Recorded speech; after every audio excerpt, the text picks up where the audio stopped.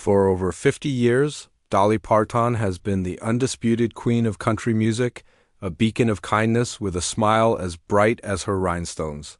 She is America's sweetheart, a national treasure who has built an empire on talent, wit, and an almost saintly generosity. Her songs have healed hearts, and her philanthropy has changed lives. But what if the sweet Southern belle persona we all know and love has been hiding a tougher, more resilient side?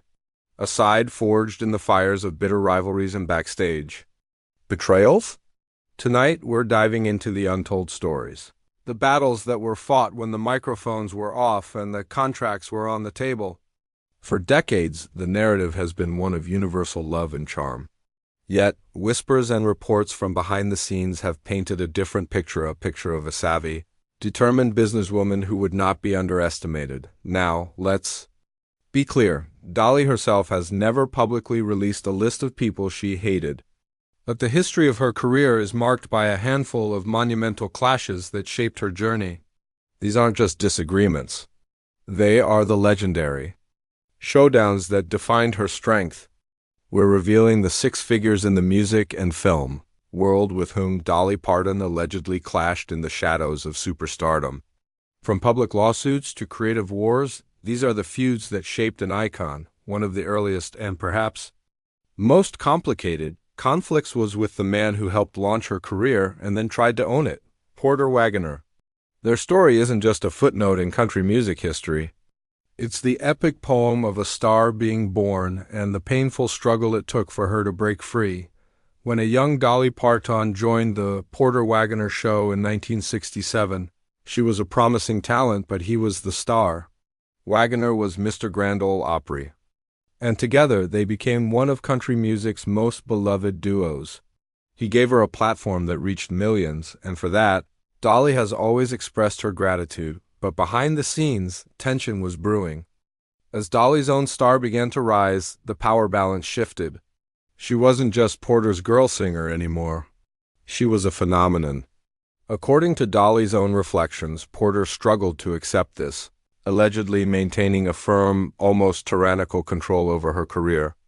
The more famous she became, the tighter he held the reins, and the more desperate Dolly became for her freedom. By 1974, she knew she had to leave. It was a terrifying gamble. When he wouldn't listen to reason, she went home and did what she does best. She wrote a song. That song was "I Will Always Love You," a professional farewell. She sang it for him the next day, and its emotional power broke through his anger.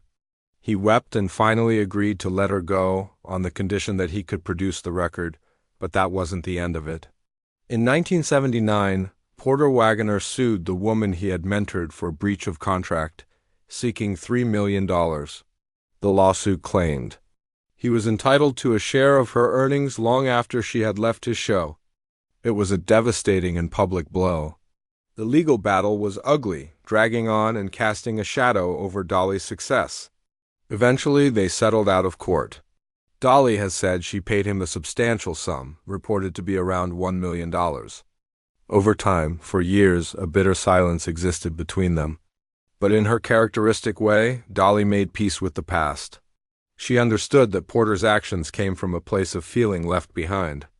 In the years before his death in 2007, they fully reconciled, and Dolly was by his side in his final days, a testament to her capacity for forgiveness.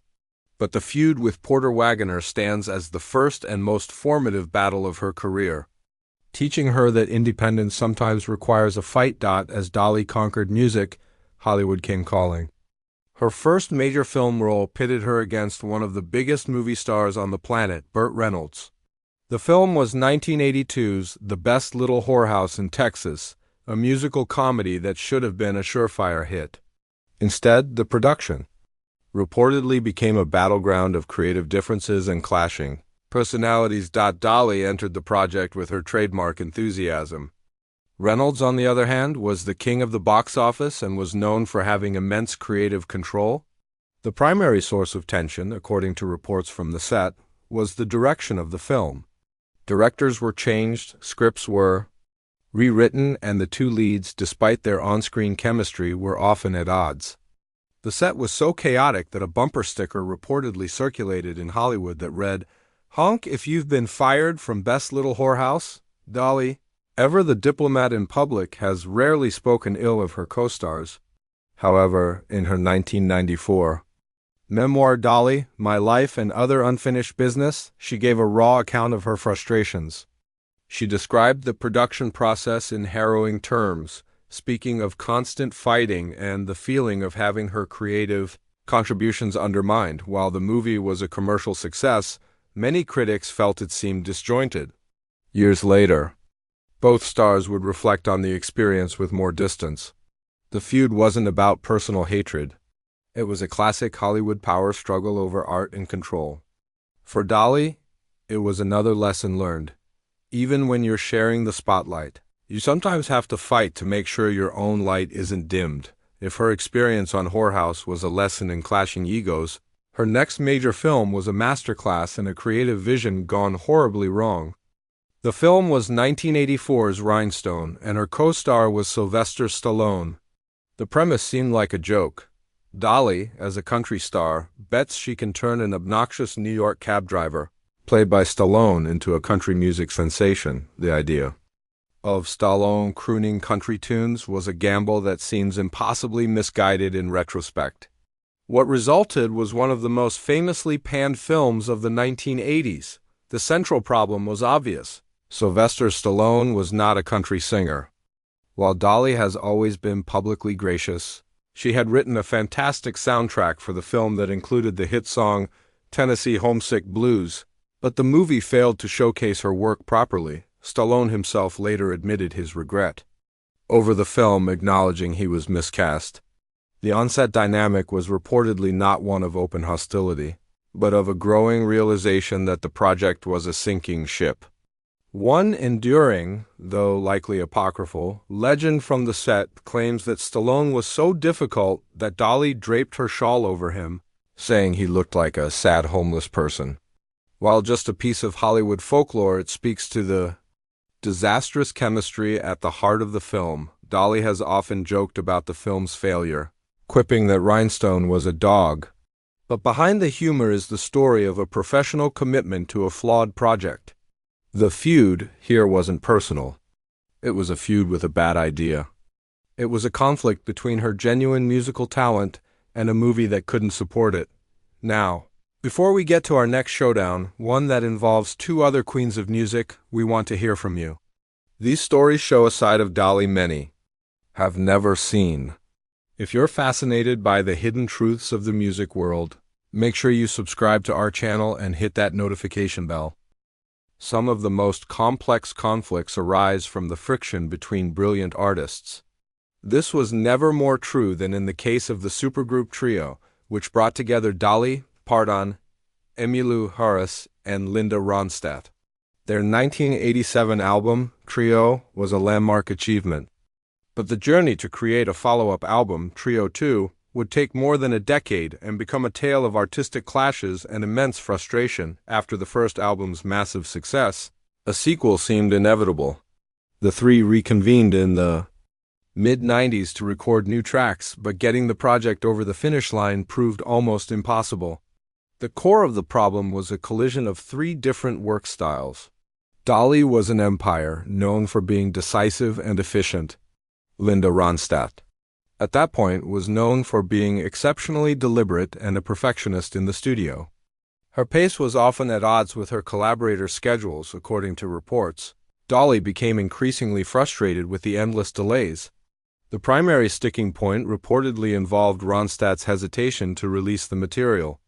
The situation grew even more complicated when, with the Trio 2 album in limbo, some of the songs they had recorded appeared on Ronstadt's 1995 solo album, Feels Like Home.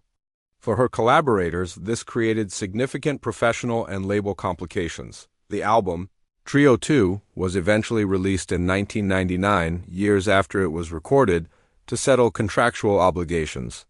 The story behind it was one of conflict and disappointment. The feud with Linda Ronstadt wasn't about personal dislike. It was about a fundamental difference in creative philosophy. It stands as a powerful example of how even promising collaborations can be derailed when strong-willed. Artists find their professional rhythms are out of sync, while the disputes surrounding Trio 2 often center on Linda Ronstadt's pace. The dynamic with the third member, Emmylou Harris, also reveals the collaboration's complexities. The conflict here wasn't one of loud confrontations, but a more subtle tension rooted in logistics and access. Emmylou Harris, like Ronstadt, is an artist deeply respected for her musical integrity. She and Dolly shared a deep mutual respect. However, the realities of Dolly's global fame created a unique set of challenges. As Dolly's celebrity grew, she became increasingly insulated by a team of managers and assistants. For collaborators, this could create a barrier. Emmylou Harris reportedly expressed this frustration during the Trio 2 delays. In one candid remark, Harris was quoted as saying, "It's very difficult to get in touch with Dolly.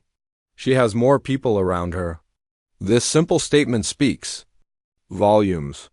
While Emmylou and Linda could likely call each other directly, reaching Dolly was a process involving layers of management. This logistical hurdle exacerbated the existing creative tensions. When disagreements arose, the inability to have a quick, direct conversation could turn a small issue into a major roadblock. Emmylou's frustration was not with Dolly the person, but with the machinery that surrounded Dolly the superstar. This highlights a common challenge in supergroups, reconciling the different levels of fame and professional infrastructure. Ultimately, their shared love for the music transcended the difficulties. They managed to release the album, and in the years since, all three women have spoken of the project with pride. Not all of Dolly's battles were with fellow artists. One of her most public and hurtful conflicts was with shock jock Howard Stern. This clash was about dignity, respect, and the malicious distortion of her words. The incident occurred in 2008. The Howard Stern show obtained an audiobook of Dolly's memoir and doctored the audio. His team edited her narration, splicing in vile, racist, and profane phrases, making it sound as if America's most beloved figure was spouting hateful rhetoric. The doctored tape was played on air to millions. For Dolly, this was not a harmless parody. It was a character assassination. Her response was swift and firm. In a statement, she said, "I have never been so shocked, hurt, and humiliated in all my life." She called the segment personally offensive and a direct attack on my character, making it clear she was exploring legal options. The country music community and her fans rallied around her, outraged. Many felt Stern had targeted one of the few public figures who seemed off-limits due to her kindness. Lawsuit never materialized. In the end, Dolly chose to rise above it. For years, the incident stood as a stark example of a feud Dolly did not initiate. Then, rumors circulated in late 2023 that she might appear on Stern's show to promote her Rockstar album. However, no verified appearance ever took place. The feud with Howard Stern thus remains one of the few unresolved conflicts in Dolly's public life. A reminder that while her capacity for forgiveness is legendary, some lines, once crossed, leave a permanent mark. So, after revisiting these 6 monumental clashes, what have we learned about Dolly Parton? The narrative of the sweet, perpetually smiling Southern belle isn't untrue, but it is incomplete. Behind that smile is a will of iron. Behind the sparkling rhinestones is a suit of armor, from the mentor who tried to keep her in a box to the movie stars who threatened to overshadow her talent. From the collaborators who tested her patience to the shock jock who attacked her character, each conflict reveals another facet of her strength. These weren't just feuds. They were crucibles. Porter Wagoner taught her the price of freedom. Burt Reynolds and Sylvester Stallone taught her to protect her artistic vision. The trio sessions taught her that even collaborations built on love require fierce advocacy. And Howard Stern showed her that sometimes the most powerful response is to deny your attacker a public battle. Dolly Parton has never publicly named a list of people she hated. The very idea seems contrary to her ethos. But the stories of these professional battles paint a far more fascinating picture. They show us a woman who is not a saint but a survivor, a brilliant businesswoman who learned early on that to build an empire you can't be afraid to go to war. Her legacy isn't just in the songs she wrote, but in the battles she fought and won, often by rewriting the rules of the game entirely.